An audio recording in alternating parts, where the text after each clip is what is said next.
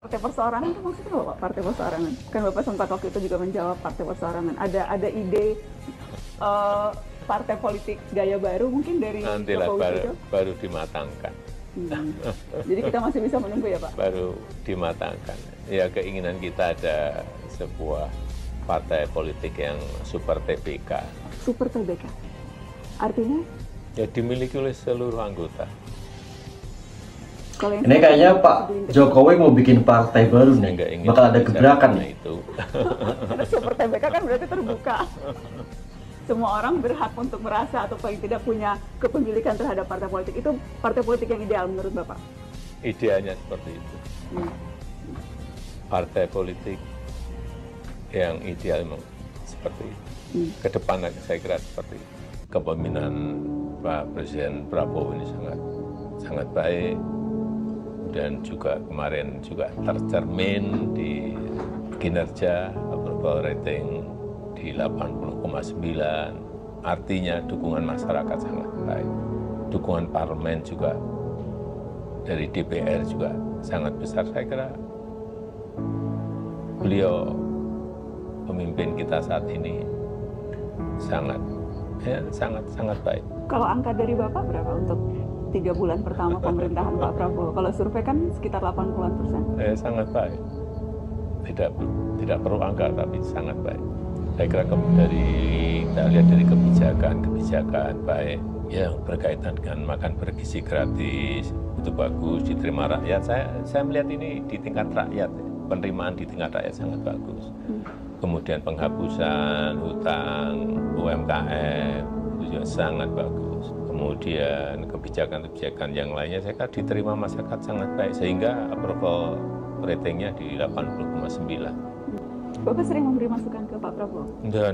Saya kan di Solo. Kalau ketemu ya berbicara ringan-ringan saja. Enggak.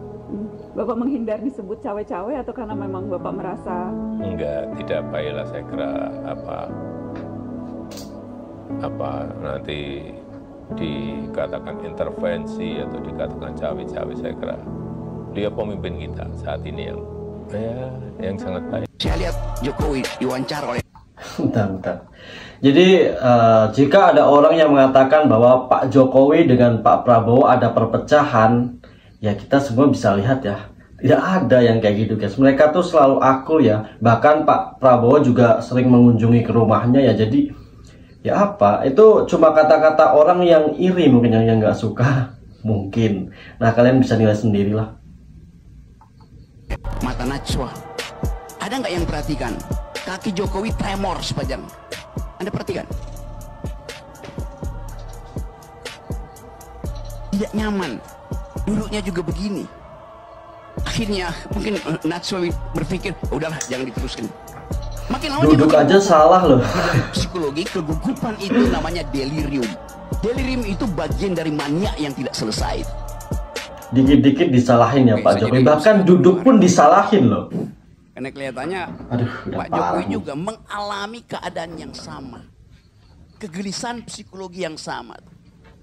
Saya lihat Jokowi diwawancara oleh mata Najwa. Ada nggak yang perhatikan?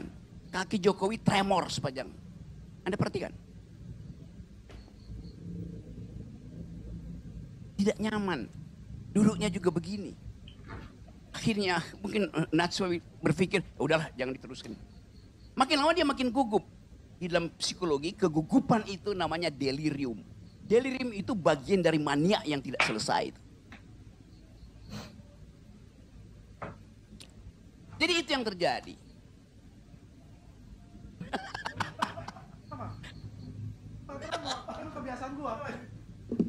Saya nggak tremor, cuma kebiasaan aja. Kamu nggak akan percaya, Deddy Corbuzier sekarang adalah pejabat negara loh. Bukan cuma konten kreator, pesulap, dan podcaster, sekarang dia juga punya peran strategis di Kementerian Pertahanan. Gimana bisa? Deddy Corbuzier resmi dilantik sebagai staf khusus Jadi Menteri apa lagi Pertahanan nih, Mas Jafris Deddy? Jamsoedin pada 11 Februari 2025. Bareng 5 staf sus lainnya, sekarang dia punya tugas baru di pemerintahan. Alasan dia terpilih sebagai staf sus. Katanya Deddy dikenal sebagai komunikator ulung di media sosial. Tak hanya itu, sebelumnya Presiden Prabowo bahkan memberi dia pangkat letkol tituler. Tapi banyak yang menyebut itu Gelar giveaway? Emang iya, gaji pokok staf sus setara dengan pejabat eselon 1, sekitar 3,8 sampai 6,3 juta per bulan. Kalau Tapi gaji tunggu segitu dulu, sih, tunjangan bisa buat sampai Om Ded 29 juta rupiah per nggak bulan. seberapa ya. Iri kan kalian? Belum lagi nih, ditambah THR gaji ke-13 dan tunjangan lain. Ada pertanyaan besar, Dedi bukan dari latar belakang militer atau politik. Nggak tahu ya kenapa Om Deddy Corbuzier ini kayaknya ada ikatan tersendiri ya dengan Pak Prabowo ya. Entah mungkin beliau karena dulu pernah mendukung Pak Prabowo atau apa, tapi kayaknya ada kedekatan gitu loh. Jadi ya wajar kalau Om Ded ini menjadi staf khusus pemerintahan sekarang ya. Apakah dia bisa menjalankan tugas ini dengan baik? Apakah ini langkah awal Dedi menuju dunia politik atau sekadar strategi komunikasi Kemenhan? Drop komentar kalian di bawah ya. Saudara sekalian, sebangsa, setanah air yang saya cintai, saya muliakan dan saya banggakan. Besok masyarakat Banten, gabungan dari para jawara, ulama, santri, dan rakyat akan berkumpul di KP3B, kantor pusat pemerintahan Provinsi Banten, khususnya di kantor DPRD Banten, untuk meminta kepada DPRD Banten agar segera bersuara membatalkan proyek abal-abal PIK 2 yang katanya proyek strategis nasional. Surat peringatan pertama yang disampaikan Pak Prabowo secara lisan di rapat yang tertutup. Kemudian disampaikan beliau di ruang publik. Bagi saya sudah SP2. Nanti pasti ada SP3 dan seterusnya. Dan karakteristik Pak Prabowo itu kalau sudah SP3 tentu kita dan publik pasti tahu apa yang akan beliau lakukan. Publik bisa mencermati ya bagaimana komunikasi politik Presiden Prabowo itu cukup berbeda dibanding presiden sebelumnya Pak Jokowi. Selalu straight to the point. Sebenarnya siapa guys? Harfiah dan Raja kecil ini yang dimaksud siapa? Sebagai suatu warning bagi siapapun di internal. Nih, dan dari pidato jadi tanda tanya besar ya. Tadi ini kan sebenarnya mengarah kepada internal birokrasi ya. Bahasa metaforik artinya bahwa raja kecil itu barangkali sebagai sebuah elemen di dalam birokrasi, di dalam jajaran pemerintahan. Bentar. Jadi memang dari pidato Pak Prabowo yang kemarin ya, bahwa ada raja kecil yang katanya memberikan perlawanan sama pemerintahan Pak Prabowo. Nah, kira-kira raja kecil ini siapa? Karena beliau juga tidak memberikan detailnya atau tidak memberikan kata-kata yang lebih spesifik. Intinya ada raja kecil yang melawan Pak Prabowo gitu loh. Nah, itu siapa guys? Jadi pertanyaan nih. Saya pun tidak bisa menerka-nerka ya. Kira-kira menurut kalian siapa? Silahkan komen ya. Kata Pak Mantan yang melakukan gerakan adili Jokowi, ini Bang Deddy Sitorus, karena ada Pak Pilpres. Wah.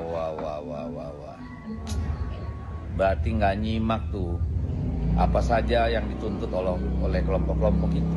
Yang dituntut kan pengelolaan kekuasaan, pengelolaan politik hukum, ya. Proyek-proyek PSN, oligarki, ya, soal lain-lain yang terkait dengan kebijakan sebenarnya. Nggak ada urusannya sama pemilu kayaknya.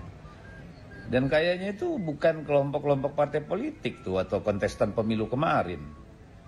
Apa iya ada orang Nasdem, PKB, PDI Perjuangan, Hanura, dan segala macam itu di kelompok-kelompok itu? Kok nuduhnya gara-gara pemilu sih? Bapak, ada banyak yang tidak sempurna dari pemerintahan Anda selama 2 periode. Mungkin itulah yang dikritik orang-orang.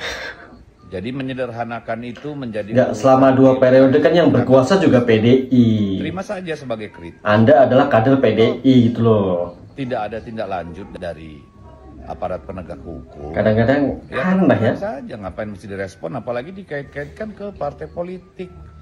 Menurut saya itu aneh dan gak dewasa.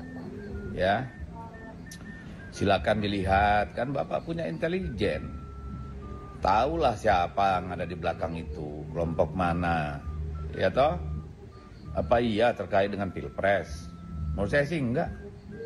Tapi ya kalau laut di pagar 30 km aja nggak tahu apa. Sadar, mau bersihkan diri, iya kan? Betul. Hai koruptor yang kau curi ya mbok kembaliin. Untuk rakyat.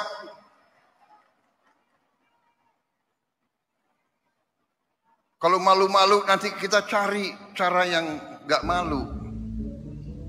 Tapi mbok ya, oh kembaliin. Saya tunggu 100 hari, 102 hari, 103 hari sudah. Ini 100 berapa hari ya? Apa boleh buat? Ya terpaksa lah. Jaksa Agung, Kapolri, BPKP, KPK,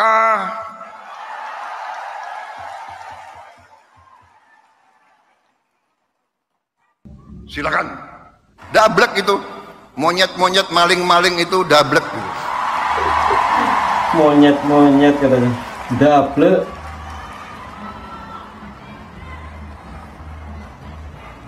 Enggak sadar-sadar ya. Tapi percayalah, kami tidak akan ragu-ragu membela kepentingan rakyat Indonesia. Kami tidak ragu-ragu. Keren. Saya katakan, saya siap mati untuk bangsa dan rakyat Indonesia. Mantap, mantap. Tidak ada yang kebal hukum di Republik ini. Di bawah Presiden Republik Indonesia Prabowo Subianto, Gibran Rakabuming Gibran, dengan semua kabinet, tidak ada yang kebal hukum. Wassalamualaikum warahmatullahi wabarakatuh.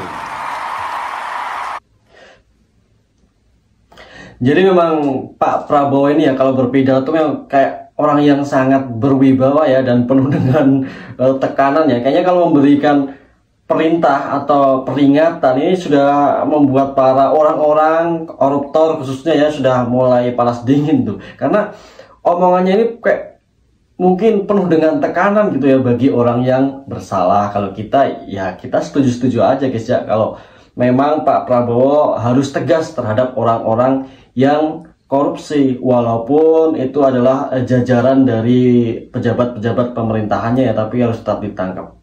Semangat Pak Prabowo. Kembali leluasa melaut. Nah, akhirnya pagar laut sudah selesai nih kayaknya nih. Akan rutin berpatroli di perairan agar tak ada lagi pembangunan pagar laut. Tinggal 1 kilometer dan dapat dipastikan tadi sudah saya tanyakan sama dan Lantamal 3 Dirjen Hari selesai nih, tinggal 1 kilometer lagi. 1 kilometer itu dapat dituntaskan pada hari ini. Apalagi cuacanya. Aduh, laut aja sampai dicaloin, dimafiain. Kita di sini juga akan ampun orang Indonesia patroli. Namun meski pagar laut tuntas dibongkar, polisi belum menetapkan siapa dalang yang harus bertanggung jawab. Terkait pagar laut, polisi kini mengusut dugaan pemalsuan hak dan sertifikat hak milik di area ini sudah pagar pasti laut. harus ditangkap karena pasti lurahnya itu tahu dan pasti ada main. Sertifikat hak milik dan sertifikat hak guna bangunan. Menurut polisi, Kepala Desa Kohot Tangerang, Banten pun sudah mengakui adanya alat membuat dokumen palsu yang ditemukan di rumahnya saat penggeledahan. Sisa ataupun sisa kertas yang digunakan yang kita duga dan kita melihat identik dengan kertas yang dipakai girik yang digunakan sebagai alat untuk warkah. Dan ini sudah kita dapatkan dari keterangan kepala desa maupun sekdes juga mengakui bahwa alat-alat itulah yang digunakan. Dari hasil pemeriksaan yang sudah kita laksanakan terhadap beberapa warga memang benar dipakai, dicatut namanya dengan meminta KTP, fotokopi KTP yang akhirnya dimunculkan dalam surat-surat ini. Sementara warga itu tidak mengetahui dan menyatakan tidak memiliki menguasai tanah tersebut.